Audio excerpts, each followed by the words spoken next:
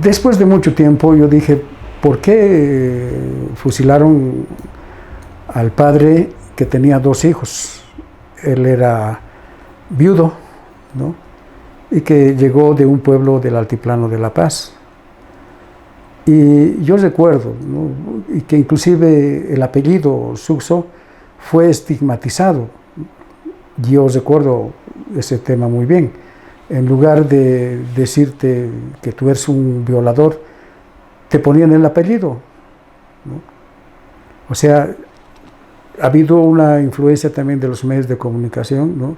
Este es el fulano, ¿no? Y te decían, si te querían insultar, tú eres un Sucso, no te decía otra cosa. Fíjate el impacto que ha tenido tener en esa familia. Hablé con los hijos, ¿no? Y eso no hace mucho tiempo. Para comenzar la década del 2000 he logrado ubicarlos. Revisando los expedientes judiciales, tomando algunas declaraciones de las personas, jueces que habían vivido al proceso, las publicaciones que se han hecho, me llevó a hablar con los hijos sobrevivientes, ¿no? Y armé. Esa época Banzer aprobó una ley, un decreto de castigo con la pena de muerte, ¿no? Dijo para los especuladores, porque Banzer había entrado al gobierno y no sabía cómo parar el descontento popular y además la resistencia política popular desde los sindicatos y algunos partidos políticos, ¿no? Y emitió el decreto de la pena de muerte. Pero ese decreto necesitaba ser ejercida, ¿no? Necesitaban, y de pronto apareció el caso esto de la niña de 4 años raptada, porque así lo presentaron en los periódicos, raptada, y que lo encontraron muerta en la casa del campesino que había llegado recientemente a La Paz, que no hablaba muy bien el castellano, que era un cargador de carros areneros, que se ganaba la vida.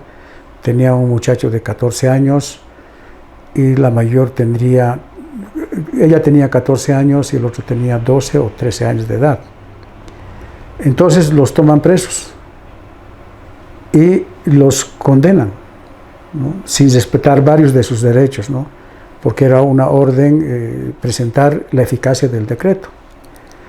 Mientras duraba el proceso judicial, al padre en primera instancia lo condenan a la pena de fusilamiento, pena de muerte. Del muchacho disponen que vaya también a la cárcel. Era niño, ni siquiera era mayor de edad. Y a la niña también le mandan a la cárcel de mujeres, ¿no? Y revisando todo esto, yo dije, aquí no hay una coherencia ni jurídica, ¿no? Pese a que se había pedido el perdón presidencial, Banzer no los aceptó, ordenó que se les ejecute, pese a toda la prueba que se había presentado, la poca prueba que la policía había facilitado para la defensa de esta familia. Sucso fue fusilado, ¿no? Fue fusilado. El niño permaneció en la cárcel hasta después de su mayoría de edad, salió con el retorno de la democracia. La niña, que terminó su encierro en un centro, un convento, ¿no?, salió libre, y después yo pude hablar con los dos y me contaron toda la verdad, ¿no?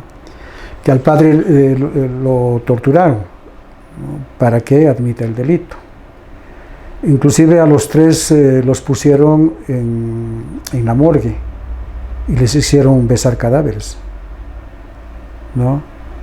Y que les tuvieron ahí durante casi un día, encerrados los 3, para que confiesen. Revisado las declaraciones, las pocas declaraciones que se pudo rescatar de Sucso, es que él tenía problemas genitales, no tenía erección, ¿no? Y el niño peor. Y la niña, ella dice, sí, ella se sentía muy culpable porque ella fue que rescató a la niña del mercado Yungas porque estaba abandonada, que la llevó a la casa, la tuvo ahí un par de días, ¿no? Y que pese a la existencia de su papá, que le entregue a alguien, que devuelva a la niña a alguien, porque acababan de llegar del campo, no estaban años aquí en La Paz. Pero sucedieron los hechos así. Y a mí la familia me ha asegurado que sí, vivían en una habitación de alquiler que era en una casa que vivía un varón, ¿no?, soltero, y que el varón nunca fue investigado. Nunca investigaron, no tomaron en cuenta ni testigos, ni absolutamente nada. Entonces había una premura por hacer cumplir la ley, el decreto de pena de muerte.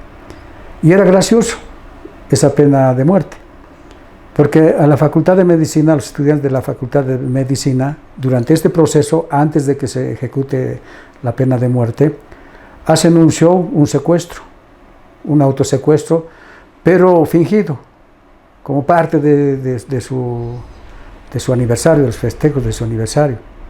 Los capturaron a los estudiantes que se hacían los chistositos, pero no les iniciaron un solo proceso. ¿Y eso por qué digo, por qué cuento? Porque la ley era inaplicable. Nadie le tuvo miedo a ese decreto.